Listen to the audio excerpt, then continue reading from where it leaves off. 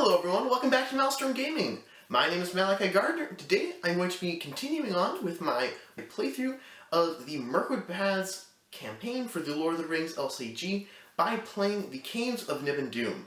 I hope you all enjoyed the video.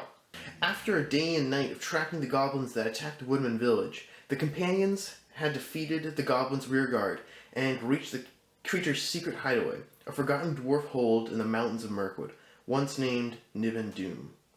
The elves had long ago fled the southern reaches of Mirkwood when the necromancer first took up his abode in Dol Guldur. But the dwarves of Nibin-Dum did not abandon their ancestral home. They remained a secret people in the mountains of Mirkwood until an earthquake shattered their halls and collapsed their mines. After the disaster struck, the dwarves finally abandoned Nibin-Dum and joined their cousins in the Iron Hills. Years later, as the power of Dol Guldur reached north, a tribe of goblins discovered Nibin-Dum and took it for themselves. From this hidden stronghold, they would issue forth at times to raid the woodmen who dared live under the shadow of Mirkwood. It was these goblins that the heroes pursued through the forest, and it was their captives that the companions had sworn to rescue. So it was that the heroes discovered the entrance to the goblins' hidden lair and entered to fulfill their oath. Alright, so that was the flavor text and the little mission booklet here for the scenario, the Caves of Nibin-Dum, which I have, like usual, pretty much all set up here. And if you are new to the channel here and have not already watched the first part of this campaign, I would recommend you go ahead and watch the Oath scenario playthrough I did. There should be a link up in the top right corner you can click on in order to see that playthrough, to see the first part of the campaign that came in the Dark of Mirkwood scenario pack. So this is the second second scenario out of 2 in the campaign. So we're going to be playing through that. And let's go ahead and draw our hand here, 6 cards, there we go. Alright, so the scenario is all set up. Let's go ahead and read the quest card here. The Caves of Nibin-Dum. So, 1A. You have pursued the goblins that attacked a woodman village to the mountains of Mirkwood. The trail leads over a steep ridge where you discover the forgotten dwarf home of Nibin-Dum. You light a torch and enter. Set up search the encounter deck for Goblin Chieftain, Cracked Pillar, and the Cave Torch. Set Goblin Chieftain and Cracked Pillar aside, out of play. The first player attaches the Cave Torch to one of their heroes. Shuffle the encounter deck. And then for second, for 1B, the dwarves abandoned Nibin-Dum after an earthquake collapsed part of the mine, but it seems these goblins have since adopted it as their home. The flickering light of your torch reveals a network of dark passages, and you set about searching for the signs of the enemy. When revealed, each player searches the encounter deck for a different location and adds it to the staging area, shuffle the encounter deck, and then the quest points here are 8. For the last bit of setup here, we have the Caves of Nibin-Dum campaign card. Setup, each player adds 1 copy of No Time to Waste, boon to their hand after drawing their starting hand, including taking a mulligan. Add each copy of No Time to Waste in each player's hand to the campaign pool. Shuffle the Shiny Distracting Burden into the encounter deck and add it to the campaign pool. And flavor text, that of course is the dangerous part about caves. You don't know how far they go back. So we have the Cracked Pillar and the Goblin Chieftain set aside, and they're going to come into play later, and they're going to be real nasty. For the location that I pulled out of the encounter deck, I chose the Branching Paths here. And so this one has 1 threat and 3 quest points. It says, while Branching Paths is in the staging area, each dark location gets +1 threat, and it is a dark location, so it does technically have 2 threat. And forced, after Branching Paths leaves play as an explored location, look at the top 3 cards in the encounter deck, choose 1 to reveal, and move the other 2 to the bottom of the deck in any order. Alright, and so, and then finally, No Time to Waste here is the card we were told to add, and it's an event that costs 0. When playing this card, choose 1. Quest action, remove No Time to Waste from the game, and from the campaign pool to reduce each player's start by 3, reveal the top card of the encounter deck, or just a quest action to draw a card. Personally, I'm not actually a huge fan of that top action there. If you really need to reduce your threat, you could use that, but you do have to reveal an extra card from the encounter deck, which is pretty steep. If you're playing multiplayer with multiple decks and playing 1 copy of this card, reduce it to everyone's strength by 3. That could be a little bit better, potentially, but adding this card to your hand as a 7th card and then being able to cycle it by just playing it for the 2nd action and then drawing a card as the 7th card is nice, because then we start the game with 7 cards, even if we just use that secondary ability there. So that is probably what I'm going to end up doing with this. Yeah, so it's nice to have that little flexibility though. The 6 cards that I drew are Riddle Mark Knight. So it's a nice 2-cost tactics ally, 0 willpower and defense, but it has 2 attack and life. Response after Riddle Mark Knight is declared as an attacker. It gets +2 attack for this attack. At the end of this attack, discard Riddle Mark Knight. So you can just be going for 2 attack every turn, but if you want to do a really big attack, you could give him 2 extra attack, but then he's discarded afterwards. Mithril Shirt is a guarded attachment, so when you play this, you'll have to attach it to a location. You'll discard cards from the encounter deck until you reveal a location and attach it to this, and once you clear that location and explore it, then you'll be able to attach this to a hero. Response: when attached hero is dealt any amount of damage, reduce that amount by 1. So, very cool card, but of course you do have to play an extra encounter card to do. Unexpected Courage, of course, is something that you're all probably very familiar with. It's a very nice card from the core set, costs 2. Attach to your hero, action, exhaust Unexpected Courage to ready attached hero. Rally of the West is a side quest, so when we play this, we'll go into the staging area, actually, and then every turn, when we commit characters to the quest, we can choose to place all the progress tokens we would get on the main quest or a side quest. But when we do finish off the side quest, it'll go into the victory display, and there is a limit of 1 copy of Rally of the West in the victory display at one time, but if it is in the victory display, then all of our heroes get +1 willpower, which is great. Oh, another copy of Unexpected Courage. It's very unexpected. And then Elven Light, which is a very, very powerful card when you're using Arwen, like we have been in the last couple games there, because she is able to discard cards from your hand to add resources to a Noldor hero's resource pool or to Aragorn. And Elven Light here can only be played from your discard pile, but when you do play it, you turn it to your hand and then draw a card. So this is a great card for really all Noldor characters, because you will be able to just keep on discarding it, as well as getting a couple extra cards by doing so. So that's very nice there. So that, because Noldor heroes really just need a lot of cards to be able to discard. So having a constant supply of them, or really being able to use the same one multiple times, is really nice. I like this hand. We have 2 Unexpected Courages, a nice attack card, some good defense from Mithril Shirt, a way that we can buff all of our heroes by giving them +1 willpower, which is great, and then just a good card we can keep on discarding. So I like this hand, so we will add, I will not take a mulligan, and so I will just add No Time to Waste to my hand as a 7th card. And then we'll begin. So we'll go ahead and add 1 resource to each hero's pool, and our threat is at 32. And another important thing is that when playing the Oath, we did not use the ability on the Might of Tactics, which says you can deal 1 damage to attached hero to deal 3 damage to an enemy engaged with you. But this is a once per campaign ability, and I have not used it yet, so I will be able to use it on this game, this scenario, if things go poorly. And this scenario has a lot more enemies, a lot more fighting going on than the Oath does. Alright, so it's another Riddle Mark Knight, the card we drew, so that's nice. Okay, so, what I'm thinking, first off, the obvious play here is to discard Elven Light to gain 1 resource to Aragorn's pool using Arwen's ability, of course.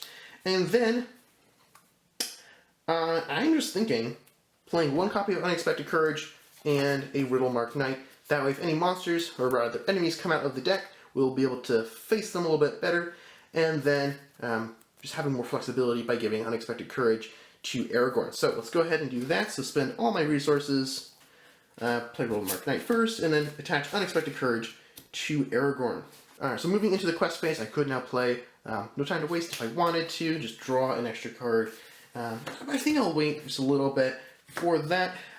Alright, so actually before we continue on with the quest here, I have the Cave Torch here, which I did not read. If you have played the Darewolf cycle, you'll be pretty familiar with this card here. So it is an objective card that you attach to a hero, and it is restricted. Action, exhaust Cave Torch to place up to 3 progress tokens on a dark location, and then force, after Cave Torch exhausts, discard the top card of the encounter deck. If that card is an enemy, add it to the staging area. So I like that card. It's kind of a risk-reward type thing with, if you exhaust it, you get to place 3 progress tokens on a dark location, which would clear this card here, because it only has 3 quest points, but discard the top card of the deck. If it's an enemy, the enemy sees the light that you're generating, and then you are, you then need to fight them. So that could be something we do. And so we could get rid of branching paths, and then we would potentially have to encounter an enemy. So I might want to do that later, and that could be useful.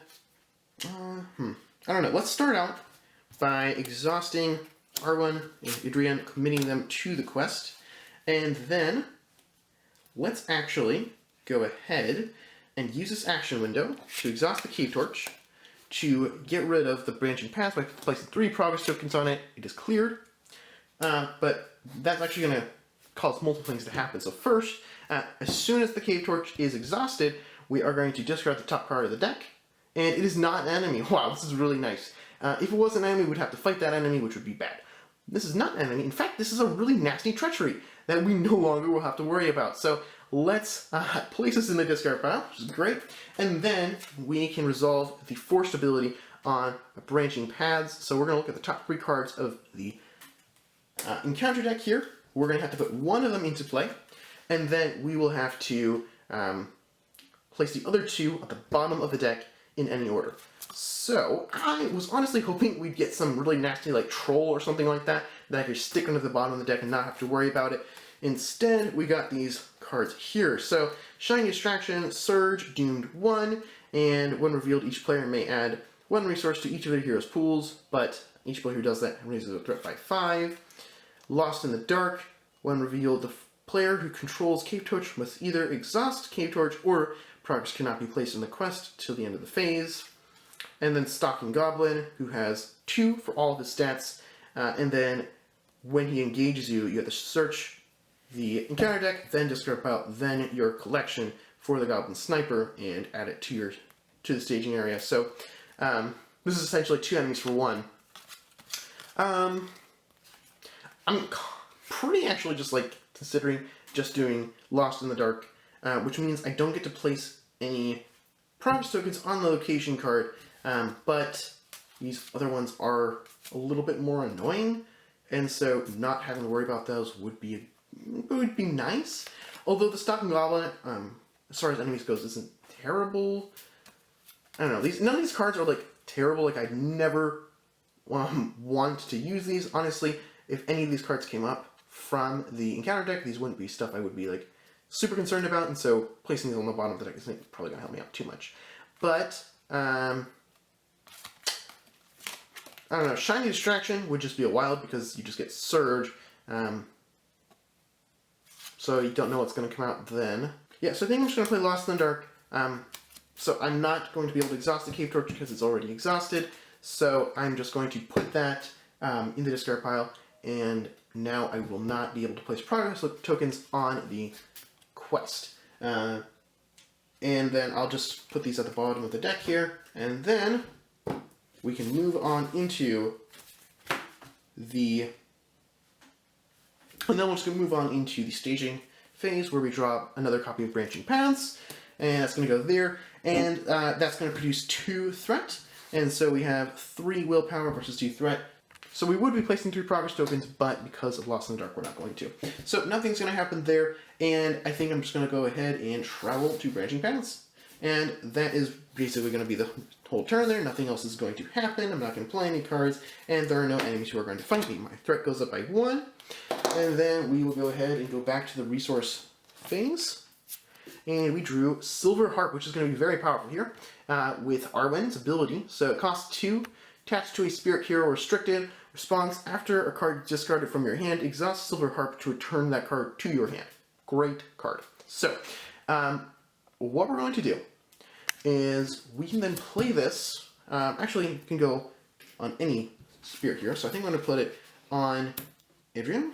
And so, Adrian, and then I am going to discard No Time to Waste using Arwen's ability. Now, I put this on my discard pile, but then I exhaust Silver Harp and return to my hand.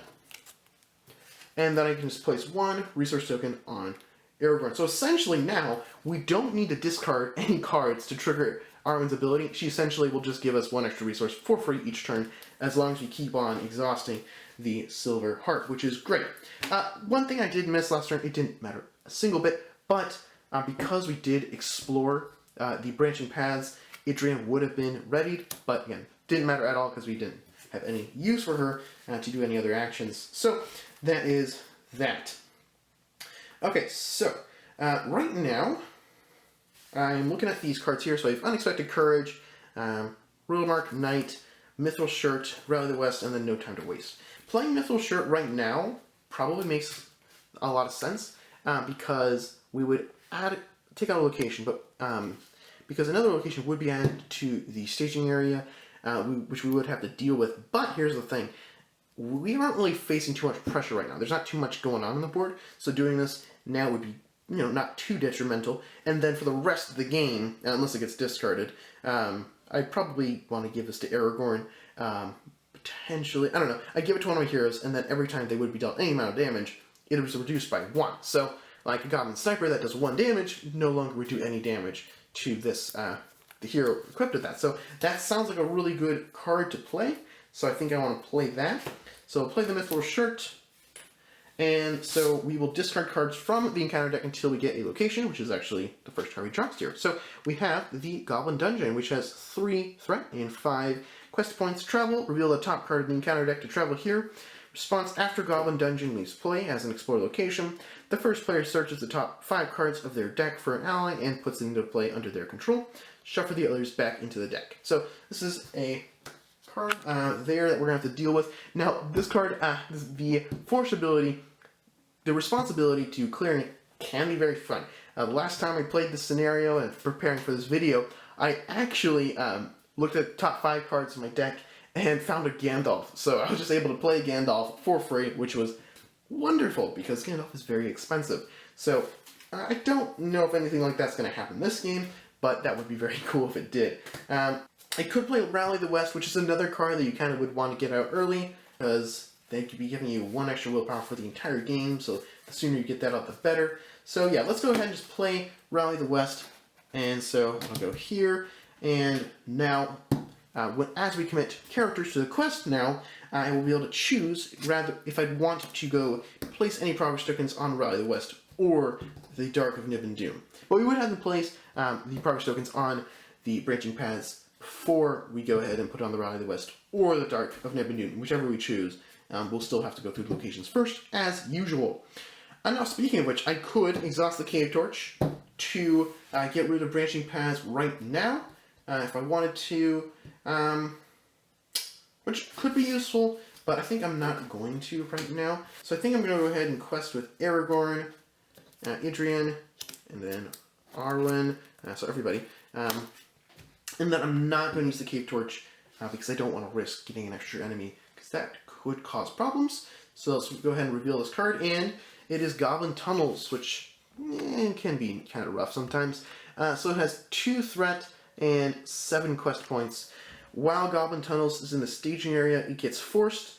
After Goblin is revealed from the encounter deck, we'll remove 1 progress from the current quest. So it's a fairly lengthy location to clear because it does have 7 quest points, but as long as you can get it out of the staging area, its ability is not too bad. So we have 3, 4, 5, 6, 7 for our willpower, and then we have 3, 4, 5, and I forgot to say this, but I was going to want to go to Rally the West, but I should have stated that earlier, so I'm stating it now.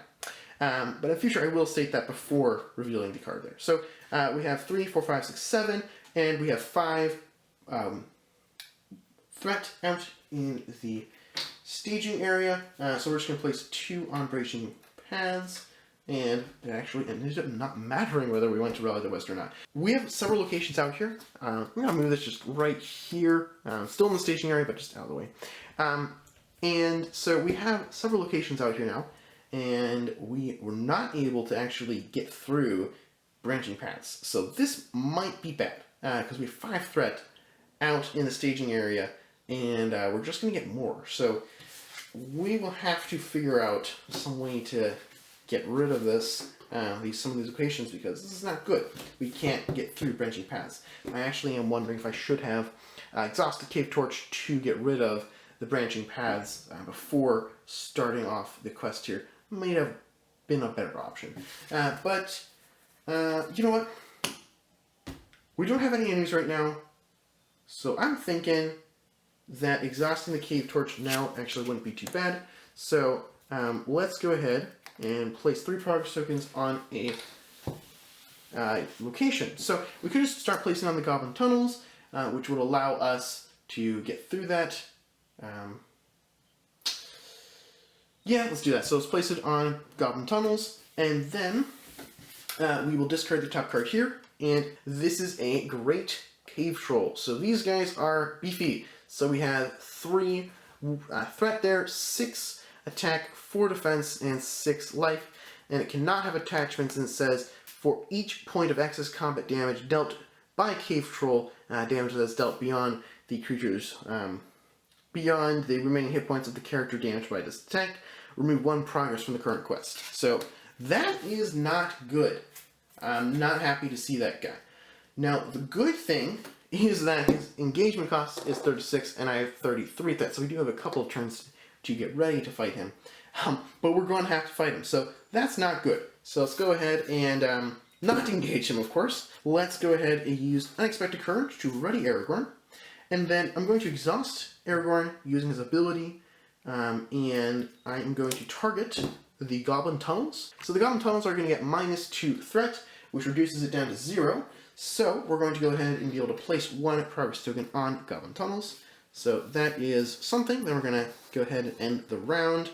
And the Might of Tactics is going to come in handy when I fight against the Cave Troll. So I'll be able to do 1 damage to Aragorn after we engage the Cave Troll, and then we'll be able to deal 3 damage to the Cave Troll. And then we have Hasty Stroke as our card here, so we can just play this at cost 1 to cancel a shadow effect. So that's good. I'm going to go ahead and discard Hasty Stroke, to trigger Arwen's ability. I'm going to use the Silver Harp to return it to my hand, so I'll just be able to get 1 resource. Okay, so now we need to figure out what it is we want to do. We have, hopefully 2 turns before we have to fight the Great Cave Troll, but we currently have 8 threat out in the staging area here, so that's really, really bad. So reducing that would be our top priority. We can play Unexpected Courage and Riddlemark Knight, so let's go ahead and do that. So let's go ahead and play another copy of Riddlemark Knight, and that'll cost 2, and then we'll play Unexpected Courage for another 2, putting it on Idrian. Then let's go ahead and quest with everybody. All of our heroes here, and then let's go ahead and exhaust the Cave Torch to be able to place the last 3 progress tokens we need on the Goblin Tunnels. And then we will have to go ahead and discard the top card of the deck, and it is not an enemy, so that is fantastic.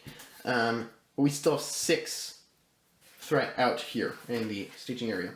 I'm going to be placing my progress tokens on Rally the West, but if I'm going to be honest, I'm not actually expecting to be able to place any progress tokens. Actually, a couple things happened. First of all, because we explored that location, Adrian's going to be ready.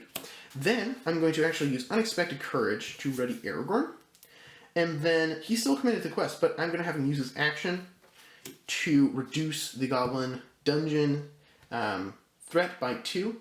So we'll be able to get rid of 2 more progress tokens, 2 threats here. So now we only have 4 threat plus 2. So we're back up to 6. But the Collapse Mine here has 6 quest points, and while Collapse Mine is in the staging area, no more than 4 progress can be placed on the quest each round. Okay, so we have 6 threat, and then we have 3, 4, 5, 6, 7 progress tokens. So willpower rather. So we're going to be able to place 1 progress token on branching paths. And so we will go ahead and look at the top 3 cards of the deck here. We'll add 1 to the staging area, or play 1 rather, and then put the other 2 on the bottom of the deck in any order. No contest. These cards here are going on the bottom of the deck. I don't like those cards, so let's get rid of those. Now the Goblin Dungeon has a very high threat, which we just can't deal with right now. But in other circumstances, it could be good, because then we could potentially get free cards. Goblins upon you, on the other hand, is not that bad. So we're just going to go ahead and search for, through the encounter deck and discard pile, for a Goblin enemy, and put it into play, and then we'll shuffle the encounter deck. So the Goblin Town Scavenger, you'll have seen him from the Oath as well. So he is going to have 1 threat rather, 1 attack, 0 defense, and then just 3 health. And then when defeated, you're going to discard the top card of each player's deck, and then he gets a bonus to his threat equal to the cost. So we get 2, so he's going to get a +2 to his threat, but we've already gone through the whole staging phase of the game, so we don't actually have to worry about that. Now we do have to shuffle up the deck here, so the Goblin Troop is now going to be potentially back on top of the deck. Hopefully it's not, but it is what it is. So now let's go ahead and travel to the Goblin Dungeon. Okay, so let's go down there. And I really want to get that mithril shirt also. After we clear the Goblin Dungeon, there's a chance that we will be able to get a free ally. So if we can get Gandalf for free, that would be really nice, because then we can deal 4 damage to the cave troll, and then, you know, that would be a much easier fight if Gandalf was helping us with the troll. But let's see what happens. Okay, so we have the deck all shuffled up there, and then we did our travel, so let's go ahead and engage the Goblin Town Scavengers, and not going to optionally engage the Great Cave Troll, definitely not. These Scavengers are going to attack me, so let's go ahead and block with Idrian. So she has 2 defense, and so let's just neaten this up a bit. 2 defense, so their 1 attack shouldn't do much of anything. Shadow range of threat by 1 for each point of damage dealt by this attack. Well, luckily, no damage is being dealt because all of it's blocked. Then we're going to use Unexpected Courage to ready Idrian, and then she's just going to attack for 3, defeating the Goblin Town Scavengers. Okay, so that is going to be my whole turn there. And then let's go ahead and ready everything. I just realized I really probably just should have played No Time to Waste during the quest phase just to draw an extra card, because right now it is just sitting in my hand, and I really just don't think I'm going to use its other ability, because I don't want to play anywhere encounter cards. Okay, Faint, this is going to be great because we can use this to prevent the Great Cave Troll from attacking, so that is going to be great. So let's go ahead and discard Faint, and then exhaust the Silver Harp to add 1 resource to Aragorn's pool.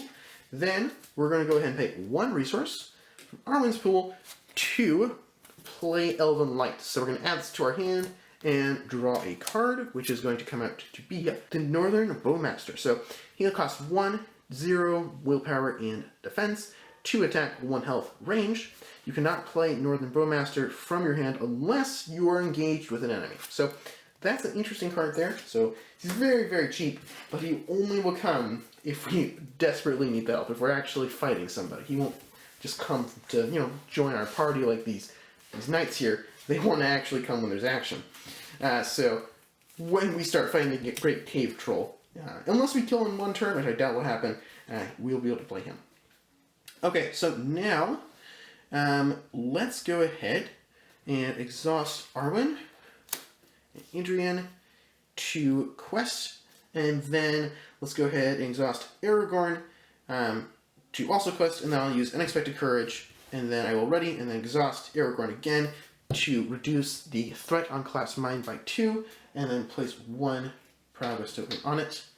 Alright, let's go ahead and reveal the card here, and it is Eyes in the Dark. So we're going to raise the threat by 1 because of Doomed, and then it says each player must choose to either raise your threat by 1 for each questing character you control, or discard a questing character you control. I don't want to discard any of my heroes, so I'm going to raise my threat by 3. Discarding your heroes is never a good thing to happen, so I don't want to do that. Alright, so we have 3, 4, 5, 6, 7 willpower, like usual, and we only actually have 3 threat out there in the staging area. The Cave Troll gets 3, but the Collapsed Mine actually is only producing 0 because of Aragorn's ability. So we're going to go ahead and place 4 progress tokens here, and we are very close to be able to get rid of the Goblin Dungeon. Now, moving on to the engagement phase, we are going to have to engage the Great Cave Troll because we now have 39 threats. So he's going to come down and attack us, but we are going to go ahead and play Feint. That way he won't hit us for 6 damage, because that's a lot of damage. So go ahead and discard this card, and well, now we get to go to a player attacks, and we just get a free turn to just attack him. We do have Aragorn exhausted. Maybe it would have been better to not have exhausted him. I don't know. Alright, so now we do have the opportunity to attack. So first thing, we're going to exhaust Unexpected Courage to ready Adrian, of course. And then the Real Mark Knights and Adrian are all going to attack. And that's going to come out to a total of 7 attack. So the first 4 are blocked by the Great Cave Troll's 4 defense. And so then only 3 of those are actually going to go through. Now, let's go ahead and, well, that's all we're going to do. I'm going to now end my turn, go to the refresh phase and everything. We still have the Might of Tactics, and I am thinking that I'm going to use the Might of Tactics in order to deal 1 damage to Arwen and 3 damage to the Great Cave Troll, but I want him to be engaged with me when I start my next turn so that I can play this Bowmaster here. One last thing we could do, could exhaust the Cave Torch to play 3 progress tokens on the Collapsed Mine if we so wanted, and then risk getting another enemy. Let's try it. We're starting to run out of time, kind of, so let's try it. And it is a Cavern War, so we are going to have to engage with this guy next turn. So he has 2 threat, 3 attack, 2 defense, 3 life. Response: when Cavern Orc attacks you, exhaust Cave Torch to cancel the attack and return Cavern Orc to the staging area. Now, so far, the only time I've had to exhaust Cave Torch is when we trigger its ability and get to place 3 progress tokens. But when Cave Torch is exhausted for any reason, including this ward here, we would have to discard the top card of the deck and check to see if it's an enemy. So that's something to keep in mind there. We are at 40 threat now, so that's not good. Raising our threat by 3, actually really by 4 from that 1 treachery card this turn did not help us very much. Alright, Ancient Matham. This is a card I'm going to immediately play because it's great. Attached to a location, after our attached location is explored, the first player draws 3 cards. So this card is basically explored by this point, so I'm just going to go ahead and play this card, and then we will be able to just draw 3 cards, which is great. So let's go ahead and do that, and this goes actually on the Goblin Dungeon, and then I'll be able to finally get my Mythal Shirt, so that'll be good. So let's go ahead and exhaust Elven Light, and then I'm not going to use the Silver Heart because it's Elven Light, and I actually want it to be in my discard pile, so we'll add 1 resource to Aragorn's pool, and because we have the Troll engaged with us, I'm going to be able to play this Bowmaster. Now, we have the Bowmaster here, and we will be able to fight using that. Alright. So, at any point during this turn, well, it's an action, but any time I could use an action, I could use the Might of Tactics to finish off this Great Cave Troll, which I'm probably going to do, but let's wait just to see what happens. So, let's go ahead and quest with Arwen and Adrian, and then I need to decide. I could use the Cave Torch to get rid of the Collapsed Mine, which could be good. I mean, that could be very good. It also could mean that we draw an extra card from the deck. And it also would mean that we couldn't use the Cavern Warg's ability that they have there, where we can flash the torch at them and they run away. So let's not use the Cave Torch right now, and let's go ahead and use Aragorn. I'm going to exhaust Aragorn and then reduce the threat on Collapsed Mine by 2, and so that does decrease it down to 0. And so now we are going to be able to place a 5th progress token on it. So that is good. And then let's go ahead and use Unexpected Courage to ready Aragorn, and then I think I'm going to have him go at the quest. So we can get back to our regular program of 7 willpower each turn. So let's draw the card here. And Lost in the Dark. The player who controls Cave Torch must either exhaust Cave Torch or progress cannot be placed on the quest until the end of phase. Good thing we did not use the Cave Torch, that way we actually have the option to be able to do that. So let's go ahead and just calculate to see what would happen. If we did in fact exhaust the Cave Torch, we would be able to place 5 progress tokens. 1 of those would go on the Goblin Dungeon, and 4 would go on Rally the West. So I think, yeah, it does make sense to exhaust the Cave Torch because we do want to be able to, place 4 progress tokens. So, luckily, it's another nasty treachery. So, A, it's not a monster that we now have to engage, and B, that is a nasty treachery that is now in the discard pile that we don't have to worry about ever drawing. So that is kind of a win-win situation, although it does mean that we're that much closer to drawing the extra cave troll, but oh well. So now we will place our progress tokens. So we have a 2 threat here and 7 willpower, so again 5 progress tokens is what we're going to be placing.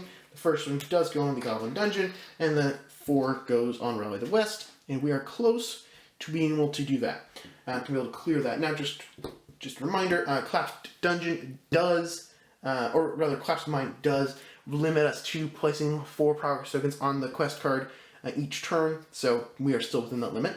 Okay, so Goblin Dungeon is now explored. Okay, so this is going to do a couple things. First off, Ancient Maltham is going to trigger, so we draw 3 cards. Take a look at those in a bit. Then we'll be able to add Mithril Shirt and give it to either Aragorn or Idrian. Well, first, Idrian does actually ready.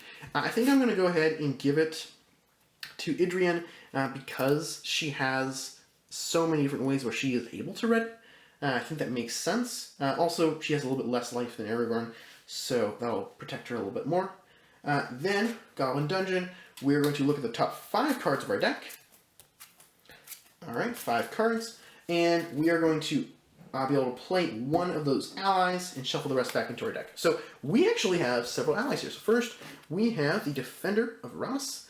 And this is a 2-cost ally, so we have other allies that are more expensive. We'll probably want to play one of those instead, but it gives us 1 attack, 4 defense, and 1 life. Very, very, very good defender. We do have Gandalf here, so we could play Gandalf, which would be the most, efficient thing in terms of getting the most free resources, so that can be very good. Also, it would allow us to deal, either draw 3 cards, deal 4 damage to 1 enemy, or reduce my threat by 5. If I go with dealing damage, that would mean that I could, kill the Great Cave Troll or even the Cavern Warg without having to use the Might Attack, because that could be good. Finally, we have Skinbark, which has 4 attack, 2 defense, and 3 health. And it cannot have restricted attachments, and it enters play exhausted, so you can't use the first turn you play it. But when you do, it's very powerful because it has 4 attack, and while Skinbark is attacking alone against an orc enemy, that enemy does not count its defense, so it just does 4 straight up damage, which is great. But it can only attack alone. So these cards for sure are just going to be shuffled back into my deck. I don't want to pick this card because it's, pretty cheap. I can just draw them and play it. So do I want to do Gandalf or Skinbark? That's a tough choice. Let's take a quick look at the cards I just drew. It's a Rally the West, a Test of Will, and Faint. So that's actually just a really nice lineup there. Just some helpful cards. Now, Rally the West, you can only have 1 of them, so this is just going to be basically fodder that I'll discard with Arwen's ability or something. But still, nice to have those extra cards. I have 40 threat, so reducing my threat by 5 actually does make a decent amount of sense, just to be able to not lose by running out of time there. Yeah, drawing 3 cards is always great, and then doing 4 damage is also very good. But I actually think at this point in time, reducing my threat by 5 probably makes the most sense.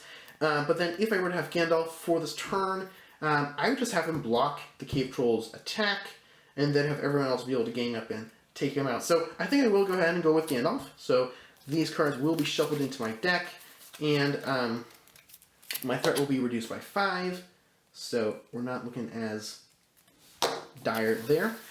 So that's that.